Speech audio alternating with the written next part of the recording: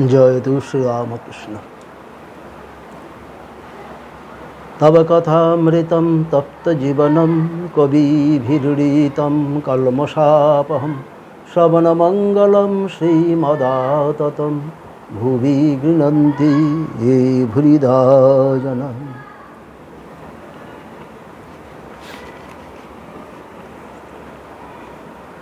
आज हम आपको कथामृत का कथा, अमृत कथा, इसके बारे में 71वां पर्व सुनाएंगे हिंदी में, क्योंकि हिंदी में मैं खूब कम एपिसोड कर रहा हूँ। ये है परिच्छेद नंबर 17। 2 का परिच्छेद में 17 का 2 में जो कुछ है वो हम आगे बढ़कर देखेंगे, सोचेंगे। पहले है गीता का कर्मयोग का 6 नंबर श्लोक। कर्मेन्द्रियाणि संयम्य य अस्ति मनसा स्मरन् इंद्रियार्थान् विमूढात्मा मिथ्याचार स उच्यते। इसमें ठाकुर जी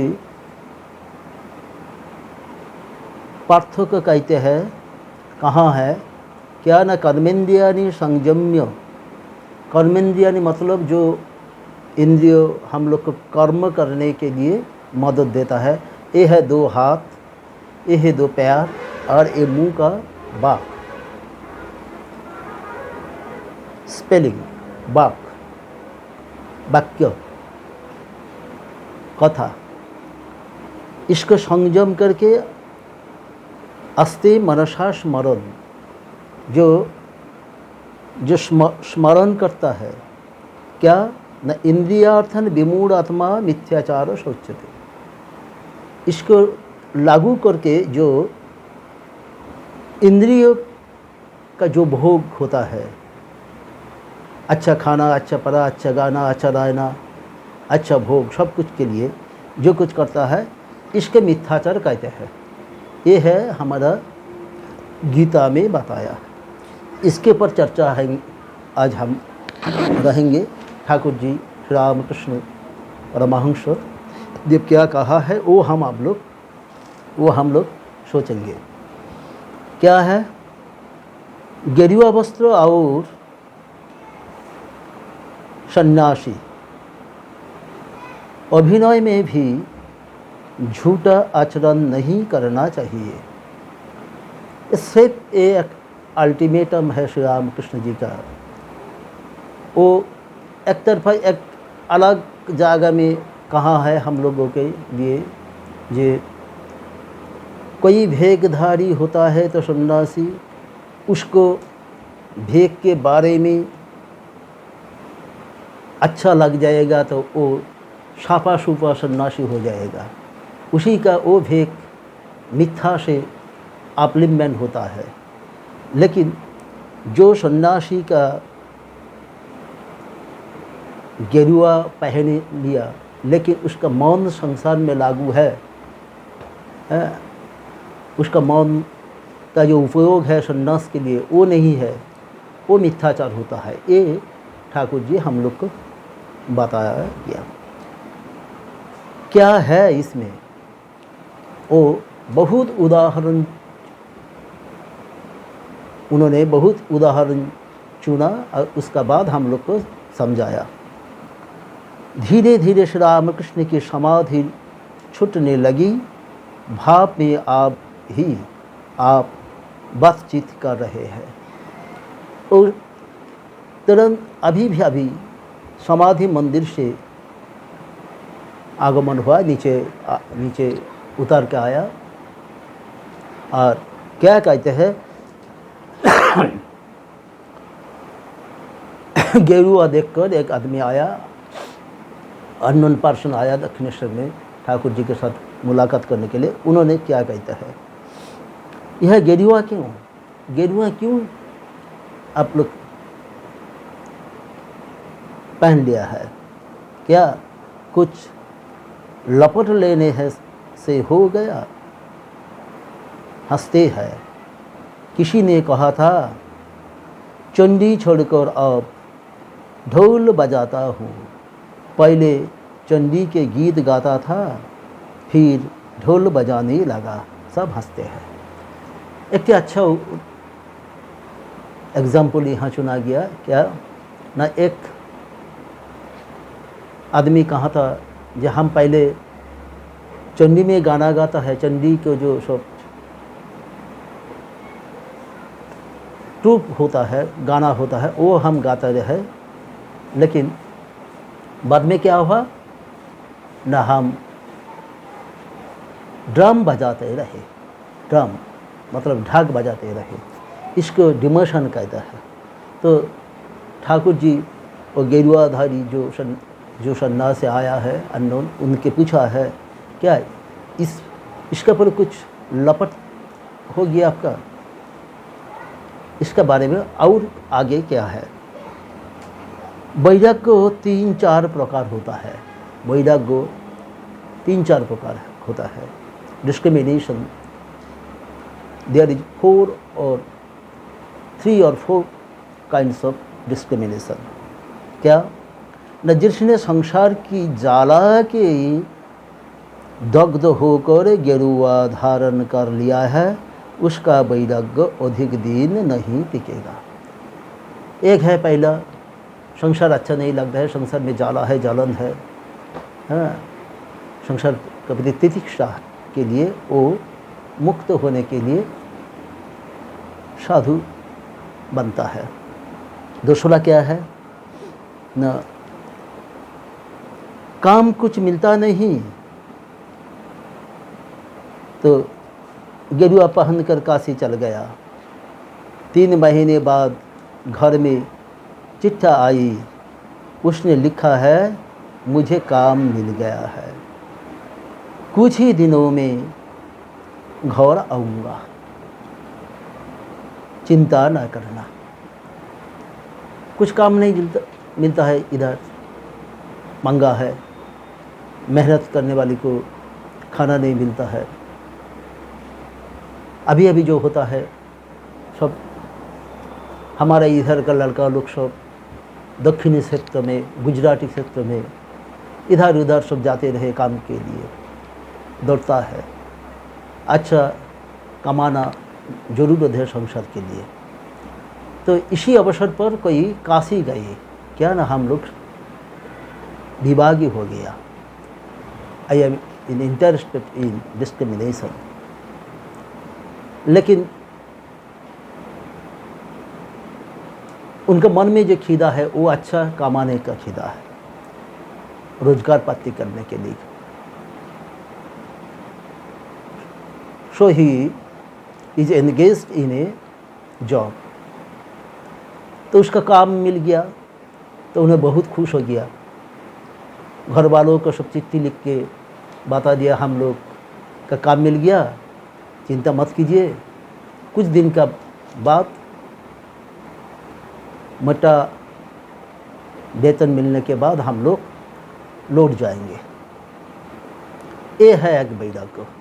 तीसरी वैराग्य का किससे उदाहरण दिया, परंतु जिसके सब कुछ है, चिंता की कोई बात नहीं, किंतु फिर भी कुछ अच्छा नहीं लगता, अकेले अकेले में भगवान के लिए रोता है, उसी का वैराग्य यथार्थ वैराग्य है।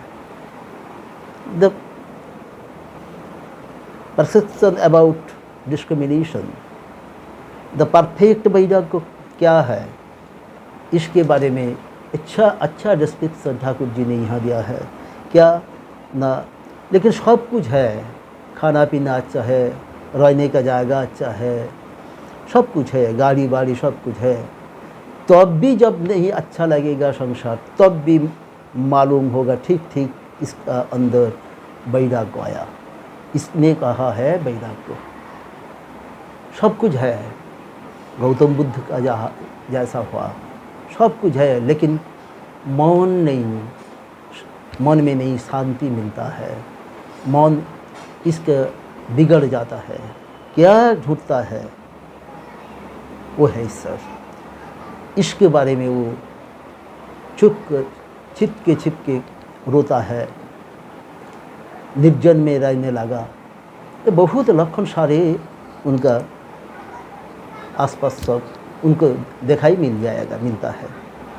तो वो लोग का वैराग्य ठीक है, सही वैराग्य है। ठाकुर जी ने ये कहा है, मिथ्या कुछ भी अच्छा नहीं, मिथ्या वेश भी अच्छा नहीं। वेश की अनुकूल यदि मौन न हुआ तो क्रमशः उससे महा अनर्थ हो जाता है। झूठ बोलने या बुरा कर्म करने से धीरे धीरे उसका भय चला जाता है। इससे सादे कपड़े पहनना अच्छा है। मन में आसक्ति भरी है, कभी कभी पतन भी हो जाती है, और बाहर में गेरुआ जहाँ बड़ा ही भयानक है। तो ठाकुर जी ने कहा है जे भेग अच्छा नहीं है, क्योंकि वो भेग लागू होते होते मन में वो भेग की तरफ हो जाता है। जो मिथ्या अभिनय है वो हर रोज करने से कैरेक्टर भी चेंज हो जाता है। ये ठाकुर जी ने ही कहा है, ये बहुत अच्छा उपलब्धि है। फिर आगे क्या है, न केशव के घर जाना और नव वृंदावन दर्शन है। केशव जी का जो कलकत्ता का जो घर था, नवविधन ब्रह्म समाज कमल कुठी, तो उसी में गए और नव वृंदावन दर्शन किया ठाकुर जी ने। जहाँ तक कि जो लोग सच्चे हैं उनके लिए कौतुकवश भी झूठ की नकल बुरी चीज़ है। केशव सेन के यहाँ में नव वृंदावन नाटक देखने के गया था। न जाने कैसा क्रस बहलाया और फिर पानी छिड़कने लगा। कहता था शांति जल है। एक की देखा मतवाला बना बहक रहा था। तो वहाँ एक ड्रामा होता है कमल कुटीर में, उसका नाम था नव वृंदावन। उसमें एक दृश्य था, सीन था, क्या ना, एक क्रस सब बहने लगा एक्टर्स में। उसका बाद पानी छिटाता है, क्या ना, इसका शांति जल कहते हैं।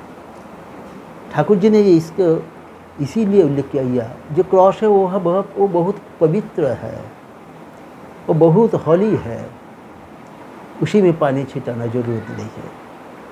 हम जब श्री रामकृष्ण जी के कोई मूर्ति, कोई प्रतीका, कोई फोटो लागू करेंगे, वहाँ गंगा जल छिटाएंगे क्या? वो प्रतीक कभी भी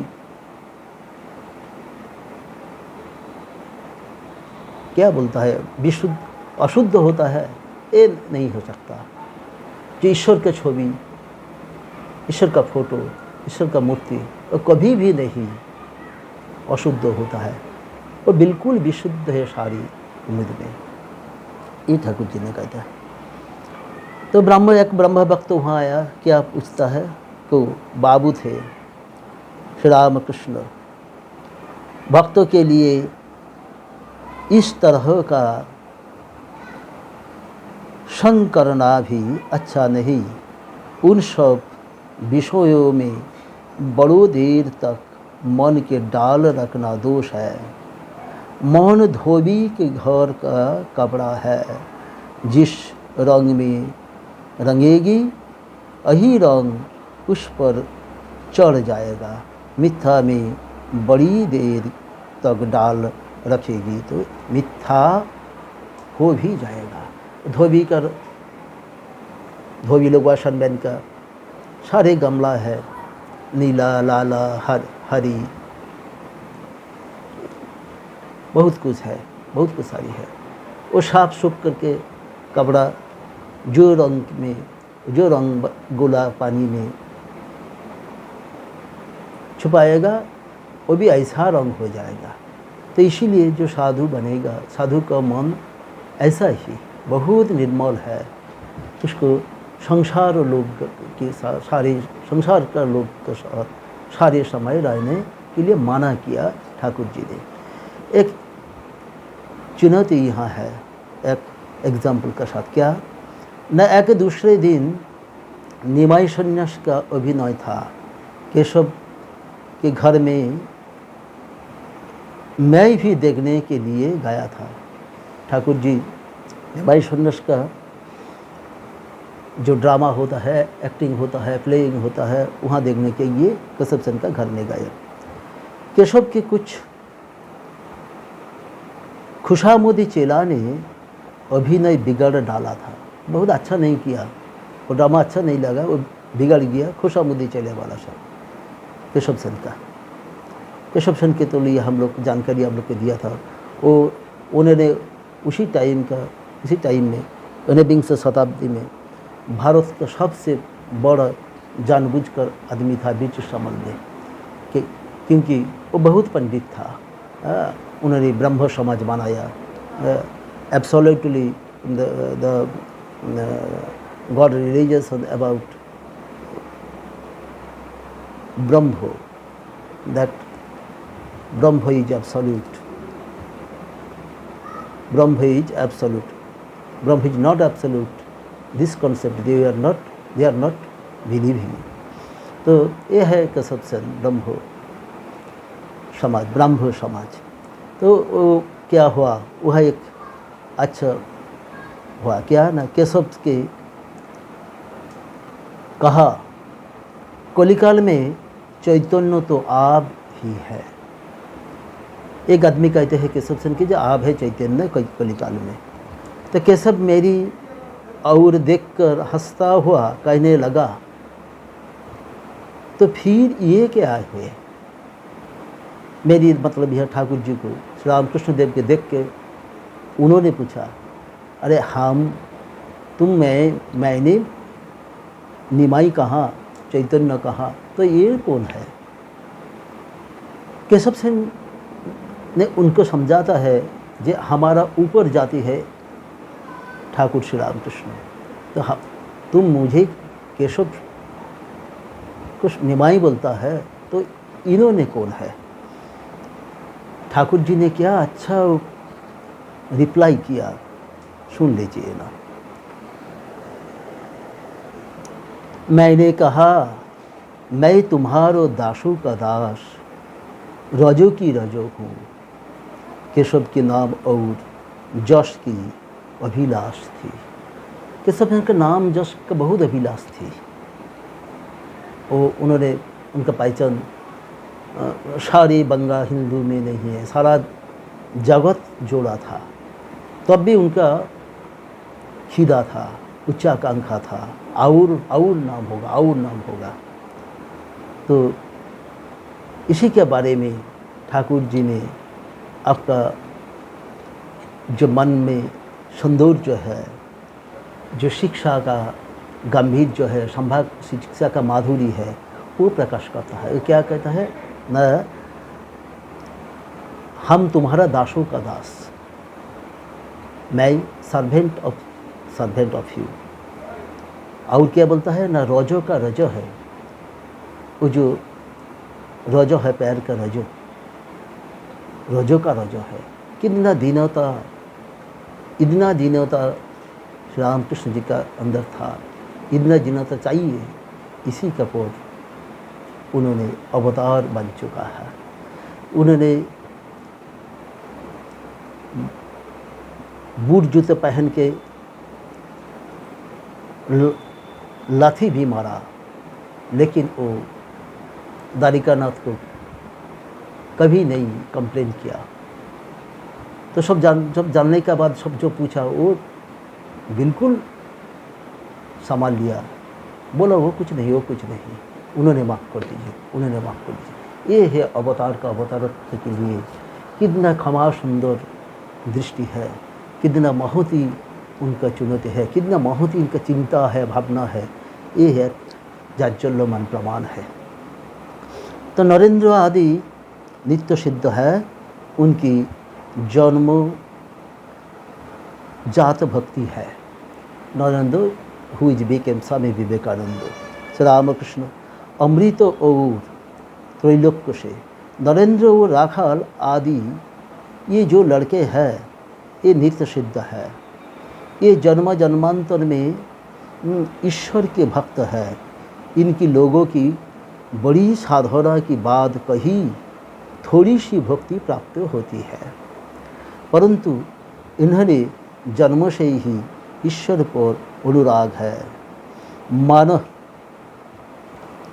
स्वयंभू शिव है, बैठा आया हुए शिव नहीं है।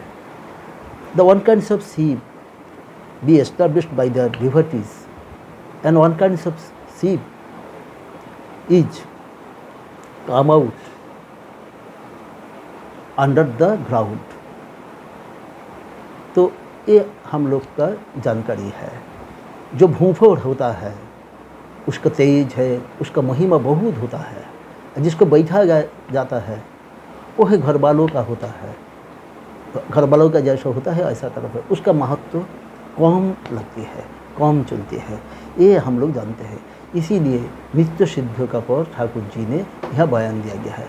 जो नित्य शुद्ध भक्त है उनका कामिनी कंचन अपना ही चला जाएगा, जैसा है बल्लो सब नारियल का गाछ से खस जाता है, ऐसा ही।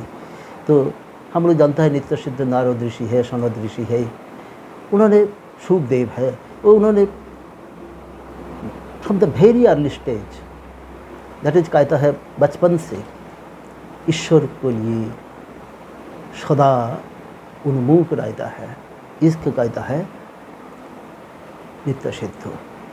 ये है एग्जाम्पल हमारा रामकृष्ण मिशन में, राखाल, नरेंद्र इत्यादि, भवनाथ इत्यादि बहुत कुछ है। नित्य सिद्ध के एक दर्जा है, अलग है।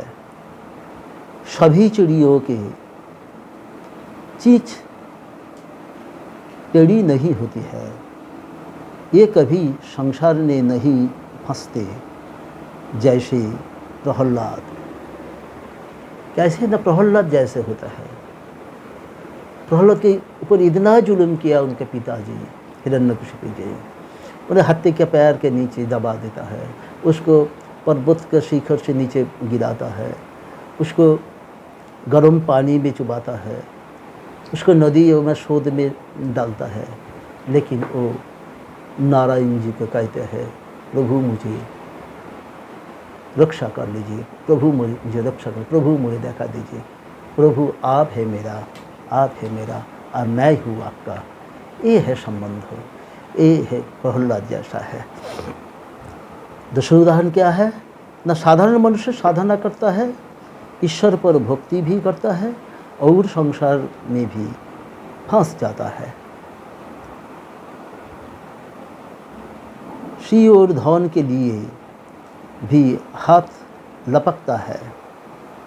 भक्ति जैसे फूल पर भी बैठनी है, बर्फियों पर भी बैठनी है और विष्ठा पर भी बैठनी है। तो जो मक्षी है ना, वो जो काले वाला है, वो विष्ठा पर बसता है, फूल पर बसता है, खाने पर बसता है। लेकिन जब मधुमक्षी है नित्य सिद्ध, वो कैसा है ना, नित्य सिद्ध मधुमक्षी की तरह होता है। कि ना मधुमक्खियों केवल फूल पर बैठती है और मधु ही पीती है।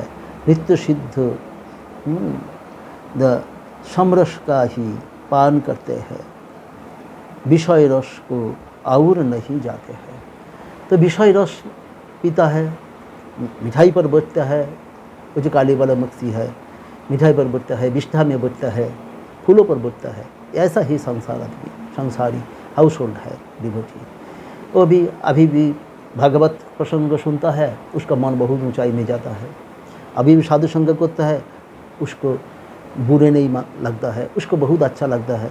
लेकिन जब संसार में जाता है वो काम गंध में डूब जाता है, वो 2 नंबरी काम करने के लिए फिर भी तैयार हो जाता है। वो कमाने के लिए, मेहनत के लिए सारे प्रयास करता है, उसका मन फिर नीचे डूबता है। जैसा है साधारण मक्षी जैसा है। लेकिन जो मधुमक्षी है वो बिल्कुल किसी के ऊपर नहीं बैठता है, सिर्फ फूलों का ऊपर बैठता है, मधु पीता है, वो है मधुमक्षी। जैसा है साधु, रियल सन्यासी। साधना द्वारा जो भक्ति प्राप्त होता है उनकी यह भक्ति नहीं है इतनी जप, इतनी ध्यान करना होगा, इस तरह पूजा करने होगा, यह सब विधिवादी भक्ति है। जैसे किसी गांव में ऐसी को जाना है, परंतु रास्ते में धान है खेत पड़ते हैं, तो मेड़ों से घूमकर उसे जाना पड़ता है। अगर किसी को सामने वाले गांव बजाना है तो परंतु रास्ते में नदी पड़ती है तो टेढ़ा रास्ता चक्कर लगाते हुए ही पार करना पड़ता है। हम लोग सब मालूम है, गांव में सब खेती है। जब खेती में हरियाली भरा हुआ है, फसलों में भरा हुआ है, तब सब मेड़े में घूम कर सब गंतव्य में जाना पड़ता है। लेकिन जब हार्वेस्टिंग हो जाता है तब सीधे जा सकता है। ऐसा ही तरह जब नदी में बाढ़ आता है तब माठों में सब पानी होता है, तब भी हमारा जाने के लिए जो बोट है ना वो सीधे चला सकता है। नदी के बांकों में ऐसे करके जाना नहीं पड़ता है। ये हमारे ठाकुर जी ने बताया। राग भक्ति, प्रेमा भक्ति, ईश्वर पर आत्तियों के सी प्रीति होने पर फिर कोई विधि नियम नहीं रह जाता है। तब का जाना इन्होंने खेतों का मेड़ों पर का जाना है, किंतु कटे हुए खेतों का सीधा निकल जाता है। चाहे जिस ओर से सीधे चले आ जाओ, बाढ़ आने पर फिर नदी के टेढ़े रास्ते से नहीं जाना पड़ता है। यह ईश्वर उधर की जमीन और रास्ते पर एक बांस पानी चढ़ जाता है, तब तो बस सीधे नाव चलाकर पार हो जाए। कैसे नाव जाता है? जब एक बस पानी ज़मीन पर होता है सीधे भी चल जाता है, लेकिन जब पानी नहीं था है, पानी नदी के अंदर है, तब घूमने टेढ़ों में जाना पड़े। जो हम लोग बताए ये है। इस राग भक्ति अनुराग या प्रेम के बिना ईश्वर नहीं मिलते हैं। ये है सबसे बड़ा अच्छा बात है। जो क्या ना रागा भक्ति अनुराग क्या है, रागा भक्ति क्या है? पहले अनुराग होता है क्या ना, तुम मेरा प्यारी है, तुमका साथ मेरा संबंध होना है। तो इसका संबंध जो आगे बढ़ते हैं उसके लिए हमारा प्रेमाश्रु बहेगा, उसका लिए हमका आदर जतना कर, आदर भालोबासा प्रीति वो बढ़ती जाता है। तो इसी पर ऐसा ही होता है, जो हम जैसा है हमारे प्यारी को ऐसा ही देखने जाता है। तो ऐसा जब होता है तो उसका पर भी दखल आता है, उसका पर भी हमारा राग अनुराग भी होता है। कैसा होता है ना, तुम नहीं देंगे तो हम छीन लेंगे, तुम मेरा है, तुमको हमारा पर कर्तव्य है, हम तुम्हारा पैर में हमारा सिर झुका दिया, लेकिन तुम मेरा सिर पर हाथ नहीं रखोगे। इसका पर ठीक है, तुम लोग हमको बुरा मानते हैं तो हम आपके साथ नहीं मिलेंगे। ये है रागा भक्ति। तो क्या बोलता है ठाकुर जी लास्ट में, न समाधि तस्तो न सभी कल्पो और निर्विकल्पो अमृतो। एक डिवोटी उन्होंने पूछा है क्या, न महाराज इस समाधि अवस्था में न भला आपको क्या जान पड़ता है। रामकृष्ण सुना नहीं, द भैरव को चिंता करते करते कि न झिंगुर भौरा भी बन जाता है।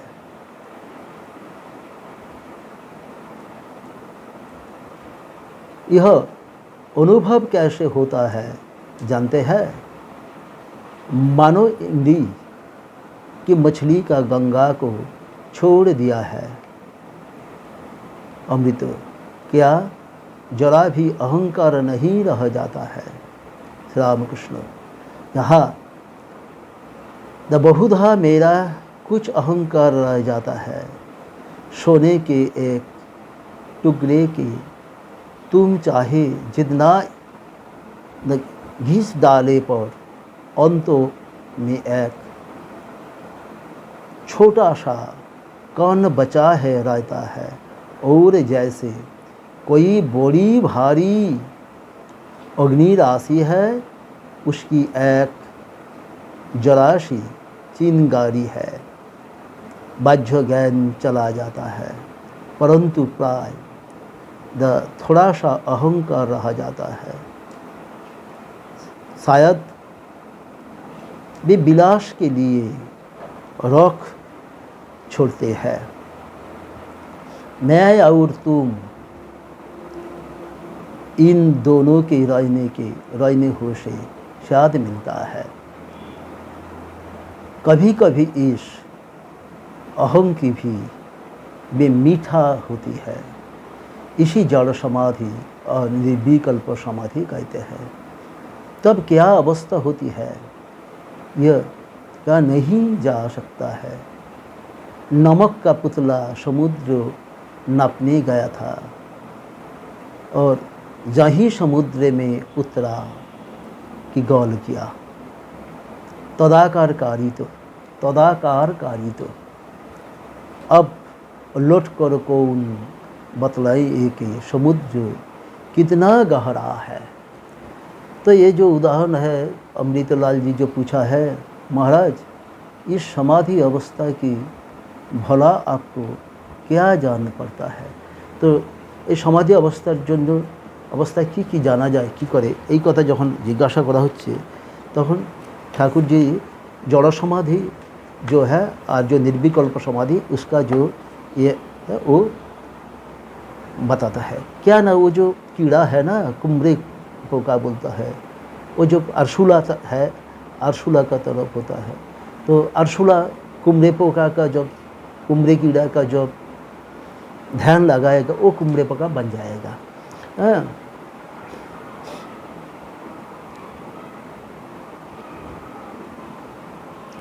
वो जो अहंग है, अहंग के बारे में बात होता है, वो समाधि अवस्था में भी थोड़ा अहंग रह सकता है। उसका क्या ऐसा है ना जैसा है सोना का तरफ है, सोने का तरफ है, थोड़ा रहेगा तो वो भी अच्छा है कि वो विद्या का अहंग है, वो बताता है। लेकिन आमी जो है अहंग के अंदर आमी हम खुद करता है, ईश्वर नहीं है, हम सब कुछ है, हम ईश्वर है, हम ईश्वर का बड़ा है, वो अच्छा नहीं है। और ये रहने के लिए जरूरत की नहीं, ये लीला के लिए जरूरत है। तुम मेरा पैर है, तुम मेरा ईश्वर है, तुम मेरा प्रभु है, हम तुम्हारा दास है। ये जो हम तुम ये बहुत अच्छा है, वो प्यारी है, वो ठाकुर जी ने यह बताया। इसी का अवस्था जड़ समाधि कहता है।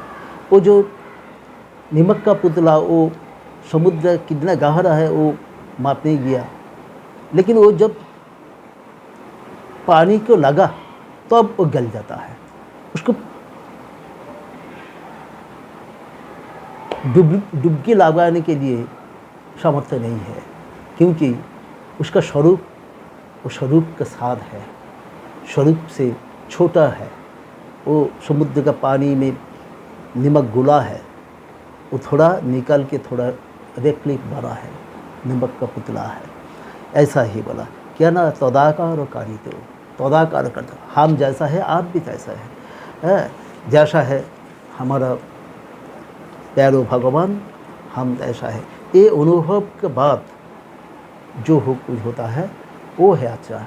और तब भी सब मिल जाता है, समुद्र का पानी में समुद्र का पुतला जैसे मिलता है, हमारा ये जो तबीयत है, इसका मन, इसका अंदर जो मौन है जो छुपा है, इसका मन अंदर जो दिल है, वो जो रागा अनुरागा में भर जाएगा, ईश्वर के लिए तमाशे बाइते रहेंगे।